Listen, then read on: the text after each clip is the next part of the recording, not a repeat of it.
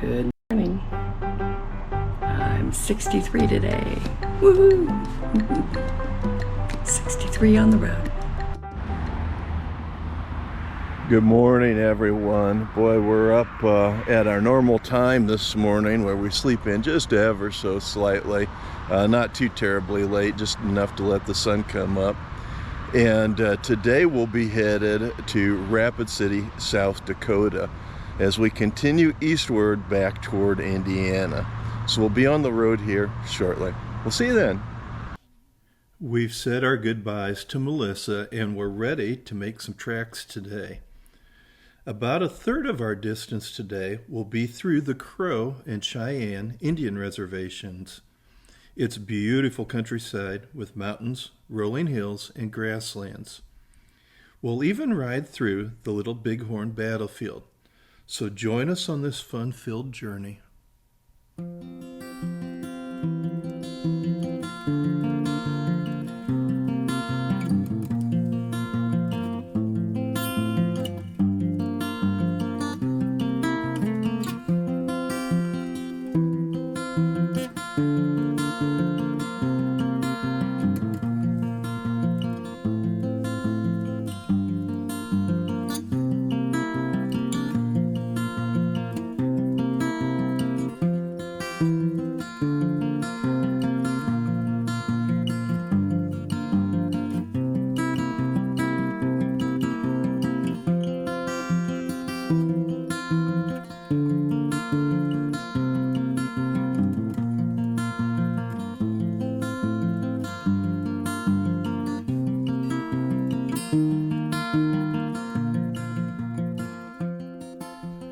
The Crow Reservation is the largest reservation in Montana. It spans 2.3 million acres from Billings to Busby and south to the Wyoming border. In past excursions, Roy and I have ventured through the back roads of the reservation. There's no doubt this is as good a place to see untouched western landscape in the Bighorn area as any. Current membership stands at about 11,000, with almost 8,000 living on the reservation. As we turn off I90 onto Highway 212, we are in the heart of the Little Bighorn battlefield. On June 25th through the 26th, 1876, the battle raged on the hills overlooking the Little Bighorn River. The 7th Cavalry, led by George Armstrong Custer, battled the combined Indian forces of Lakota Sioux, Northern Cheyenne, and Arapaho tribes. The battle ended with the total annihilation of U.S. Army forces. Often portrayed in modern times as an affront to the Indian tribes, the circumstances are a little more nuanced. Crow Chief Blackfoot requested help from the U.S. Army because the Lakota had encroached into their territory, as established in a treaty from 1873. In other words, the Crow tribe wanted the Lakota out. Regardless of one's personal views on the topic, I think it's appropriate to acknowledge the losses on both sides. Located in the park is a national monument. The Northern Cheyenne Indian Reservation is 690 square miles of land east of the Crow Reservation, with non-contiguous parcels in South Dakota. Of the 12,000 registered members, about 6,000 live on the reservation. Custer's last encampment occurred in the Wolf Mountains south of us and east of the battlefield. We'll be riding through the mountains north of the Wolf Range.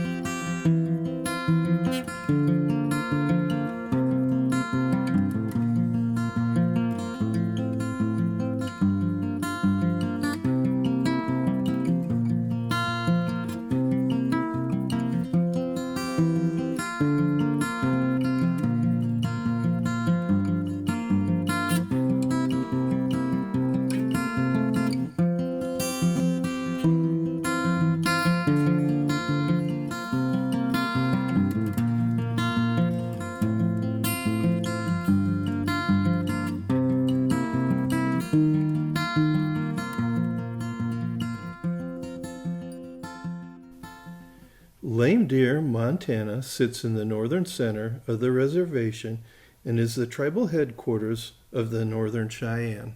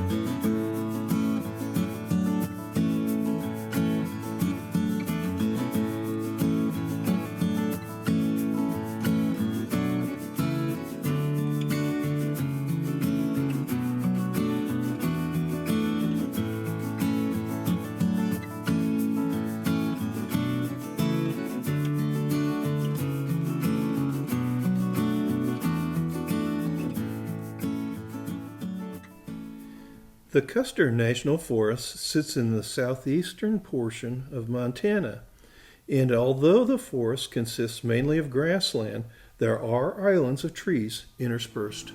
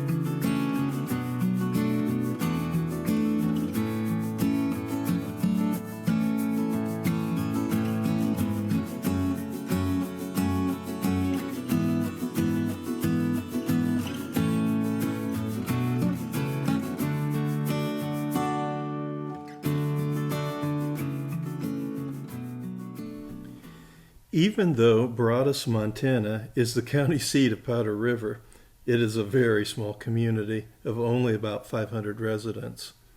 It is here that we'll turn to the southeast towards Belfa, South Dakota.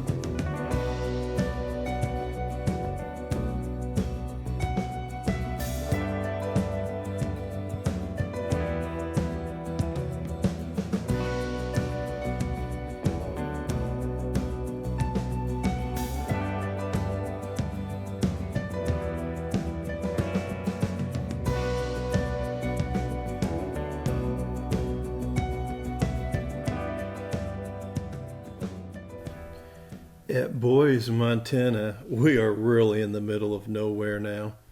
It reminds me of the Ranken family from Upton, Wyoming. Raymond married a gal from Montana. Her family ranch was so remote that their nearest neighbor was 7 miles away. It takes a hardy constitution to live here.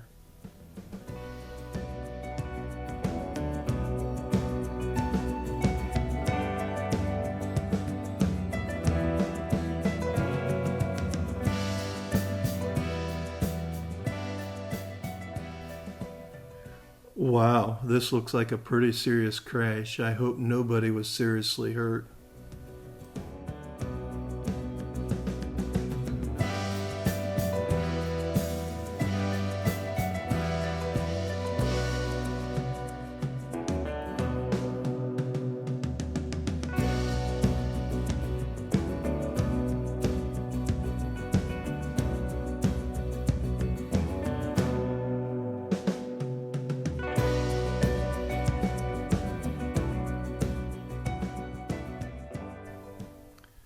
Highway 212 cuts across the very northeastern section of the state of Wyoming. As you can see, there's really nothing much here, just all grassland.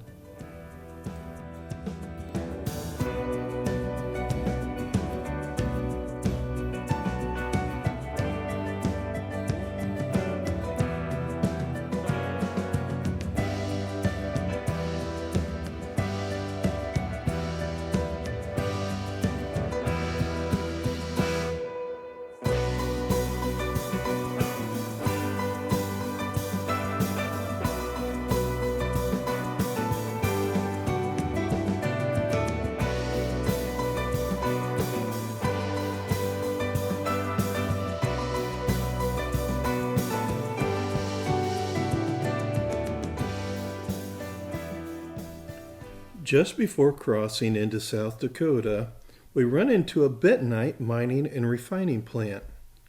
Bentonite is a type of clay that is very slippery but absorbent. It is used in industrial drilling and cosmetics.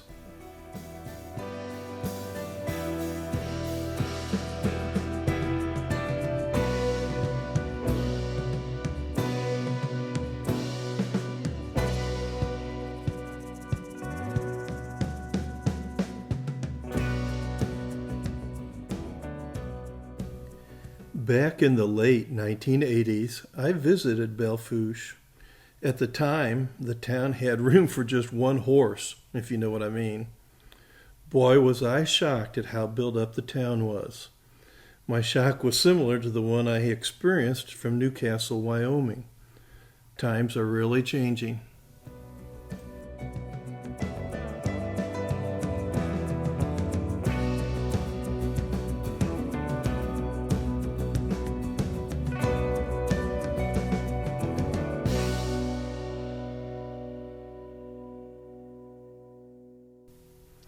From Belfa, we'll head south on Highway 85 until it intersects with I90, and then we'll head east toward Rapid City.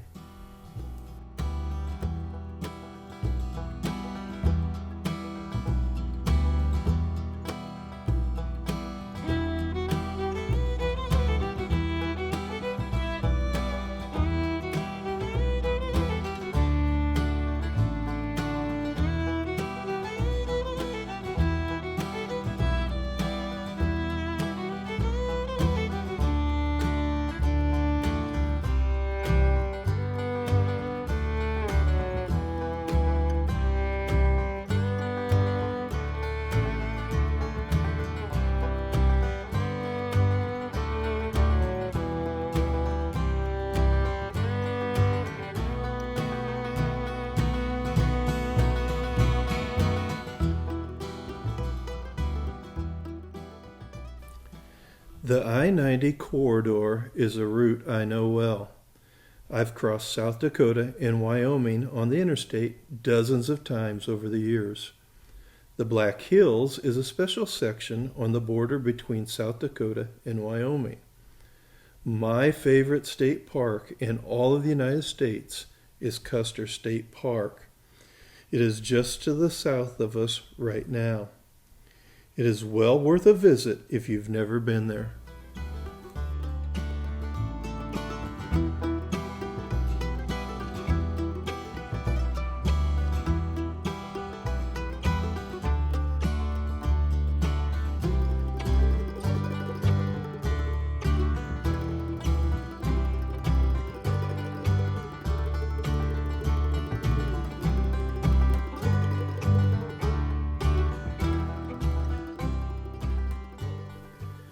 The Black Hills National Cemetery is located near Sturgis, South Dakota. Established in 1948, over 29,000 veterans and family members are buried here. It was the first national cemetery in South Dakota, and it is administered by the U.S. Department of Veteran Affairs.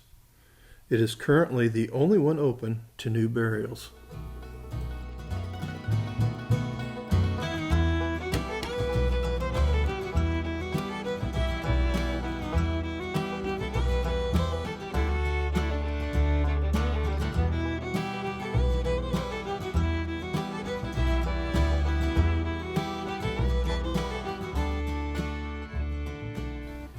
Wow, it feels good to be rolling into Rapid City.